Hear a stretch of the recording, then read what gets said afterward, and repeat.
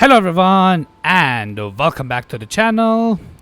So today I will make another guide on Dark Souls 2 and this one will focus on how to get infinite Bonfire Ascetics and human effigies in this game.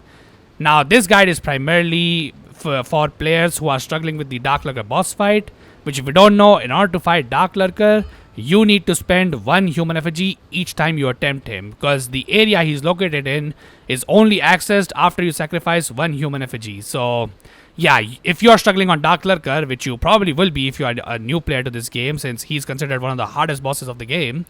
So yeah, you will need a lot of human effigies, so this guide is for you. As for infinite bonfire ascetics, well, for the method that we'll be using, we do need a lot of bonfire ascetics. So yeah, I figure I would just cover that guide over here as well, since both of these are pretty short and simple to do. So yeah, without further ado, let's go ahead and see how you can get infinite bonfire ascetics and human effigies in Dark Souls 2. Okay, so to start this guide, first of all, you will need access to this particular home in Majula. Now, you get access to this home by talking to a man named Kale, who is located in the Forest of the Fallen Giants. And once you exhaust his dialogue, he will give you the key to this home. If you don't know who I'm talking about, he's a dude who is located in a weird cave-like area which you can access by jumping off to the right side of the very first branch that you start to climb in order to get to the pursuer / last giant, depending on how you played the game. So yeah, that way you can reach Kale and then he can open this door for you. And the second and the big one is that you need to beat this game until the Undead Crypt. So that means you will need to defeat Wellstart the Royal Ages. Now this is important because we need to access one of the areas that are locked behind the King's Ring. And the King's Ring is only acquired once you beat Wellstart the Royal Ages. So yeah, sadly this is a late game farm. For early game players who are struggling with human effigies, sadly there is no way to farm human effigies far as I know early into the game. But for you guys, I would recommend using the Ring of Binding, which as you can see, limits your HP reduction when you go hollow, or in a different language, when you die. So yeah, this ring can be acquired pretty early into the game. It's located in Heat's Tower of Flame over there, and it's located in a steel chest just before the Dragon Rider boss fight. Now in order to open this chest, you need to move one of the Heat Knights that are sleeping in front of this chest. But just wake him up and then maybe either make him fall down or just, kite him away and then get this ring. So yeah, that should help you get through the early game until you can beat Wellstart. But anyways, once you beat Wellstart, you will need at least one fragrant branch of Yore. Now sadly, I only have one fragrant branch of Yore on this character and I do not know where I can get another one.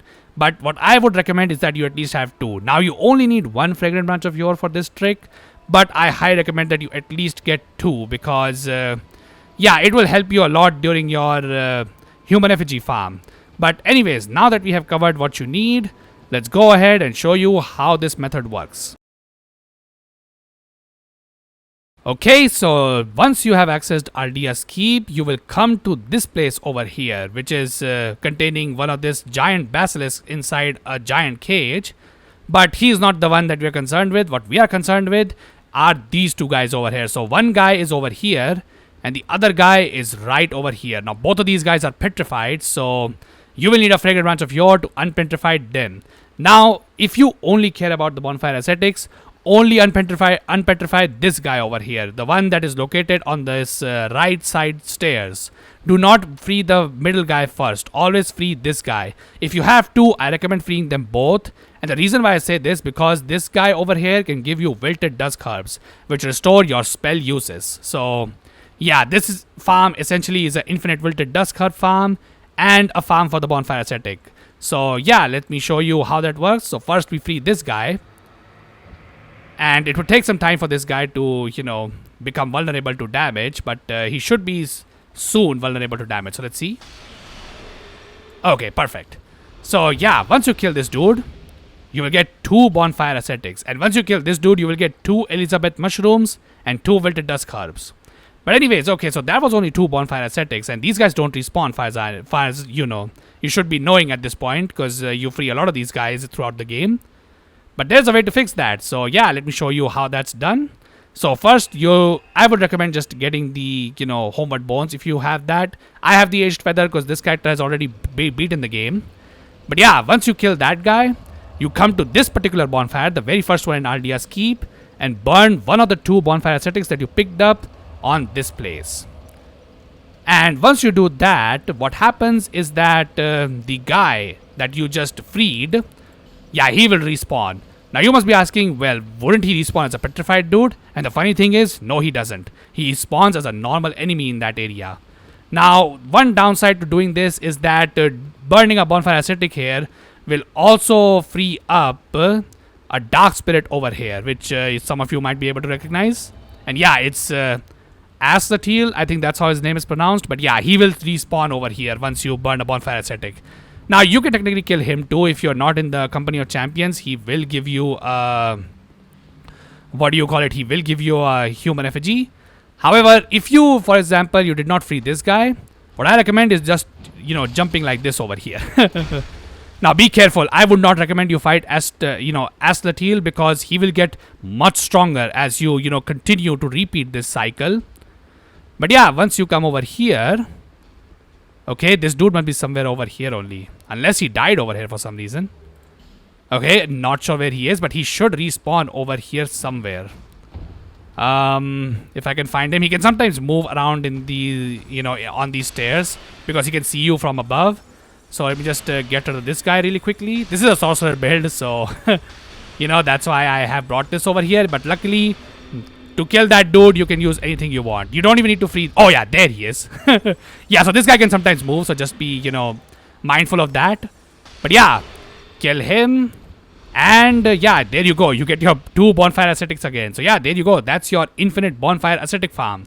So now you can get infinite of these. Now, unfortunately, you can't really teleport out of this place unless you go to a boss arena, which sadly in this area there is none, because burning a Bonfire Ascetic on the first bonfire does not respawn the Guardian Dragon. So at this point, what I would recommend is that you either just intentionally die to, Ascetic, or you just die to him. So yeah, anything would work. I would personally recommend that you just die to him because it's just faster and you don't really need the human effigy from him. Plus, killing him does take a lot of time. But, I guess if you're a sorcerer build and he decides to not input read you, you can just banish him like that. Though, to be honest, this is because this was only the NG plus variant of this guy. If this was NG plus like 6 or 7 that you will probably be doing, yeah, it won't be this easy for you. Just know that. But yeah, you just repeat this entire cycle over and over again. And yeah, there you go. That's your infinite Bonfire Ascetic farm. So once you have collected enough Bonfire Ascetics, now you can start the human effigy farm.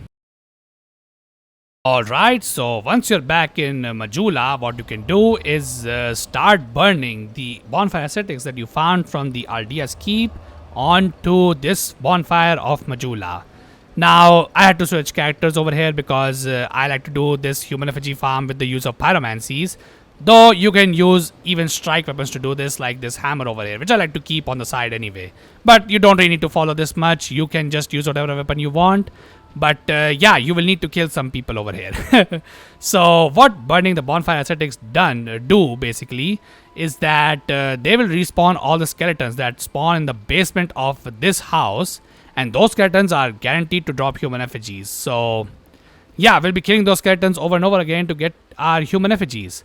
However, killing these skeletons will become harder and harder. And the reason for this is because originally when you come down here, there's only like 2 or 3 skeletons. But as you can see over there, if you guys couldn't see, don't worry, we'll see that just in a bit. Let's see over here. Yeah, as you can see, there are a lot more skeletons. And the reason for this is because each time you use a Bonfire Ascetic on Majula, more and more skeletons start to spawn inside of this basement right here. So yeah, just be mindful of this right here. Okay, yeah, be careful if you're using pyromancy. They will try and attack you, even if you have used the Alluring Skull. So what I would like to do is just get these guys to, go down into this ladder or like stairs so that they can't hit me. But yeah, so what I would like to also recommend, because I forgot this, I believe, in the preparation part, is that you will need a lot of Alluring Skulls in order to do this farm. So what you want to do is use the Alluring Skulls, which if you don't know what this item is, it kites enemies towards itself. So it's basically just an attention grabber. Unfortunately, it doesn't work on all types of enemies, including the dragon warriors that you find in the, the last guy that I showed you, the dragon shrine. But luckily it works on these skeletons, so you can infinitely keep them stunned if you have enough of them. and then just chug great fireballs and flame swath at them until they die. And yeah, this is my preferred method because these guys that I'm farming right now are on like new game plus 7. So they can instantly one-shot me. So even a stray hit would just kill me. And sometimes these guys will try to attack the alluring skulls.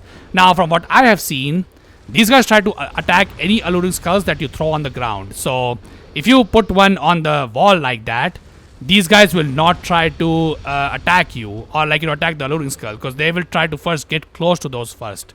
So that's why if you are using hammers, always try and throw the alluring skulls away from these guys so that they don't attack you. But anyways, once you have kited all of them and dealt with them like this, and there you go, that's your human effigy farm right here. And so yeah, once you are at the I think new game plus 7 or 6, I believe that this happens, you will have a maximum of 8 skeletons spawning over here. So you can have up to 8 human effigies from this one farm. And then you can keep repeating this over and over again and get yourself as many human effigies as you want. So yeah, that's the guide on how to get infinite human effigies and Bonfire Ascetics in Dark Souls 2. Now, a couple of things that I would like to cover over here is that if you die when you have already killed a skeleton and they have dropped the human effigy, yeah, sadly, you will lose that human effigy. So just be careful, and that's why I use pyromancies, by the way, so that I don't risk dying, because if you die, then that's a wasted Bonfire Ascetic. Not that that matters, but it is definitely annoying. But anyways, other than that, some bonus tips that I would like to give for this farm is if you have the Seldora set, which is something that Moglin wears. So yeah, if you have that, that increases the amount of souls you get from these skeletons, because on higher levels of New Game Plus, these skeletons give a lot of souls. So you can wear these Seldora's robes, and you can put these Covetous Silver Serpent ring over here to give yourself extra souls. So yeah, that will make your farming in Dark Souls 2 even easier. And luckily with this, you won't have to worry about losing to Dark Lurker over and over again anymore, because, well, you can keep retrying him as long as you want. And also use those Bonfire Ascetics somewhere else if you are done with human effigy farming over here. But yeah, anyways, that's all from me. So if you guys like what to see, then be sure to leave a like on this video and subscribe to the channel if you want to see more. And in the comment section, yeah, let me know if there is technically another way to get human effigies early into the game, because if there is one, I do not know about that, because this is the only farm that I am aware of. So yeah, if there are any other changes that you would like to make in this guide to make it even better, then please let me know your thoughts down in the comment section below. But other than that, I hope you all have a wonderful day, and I hope to see you all in the next one.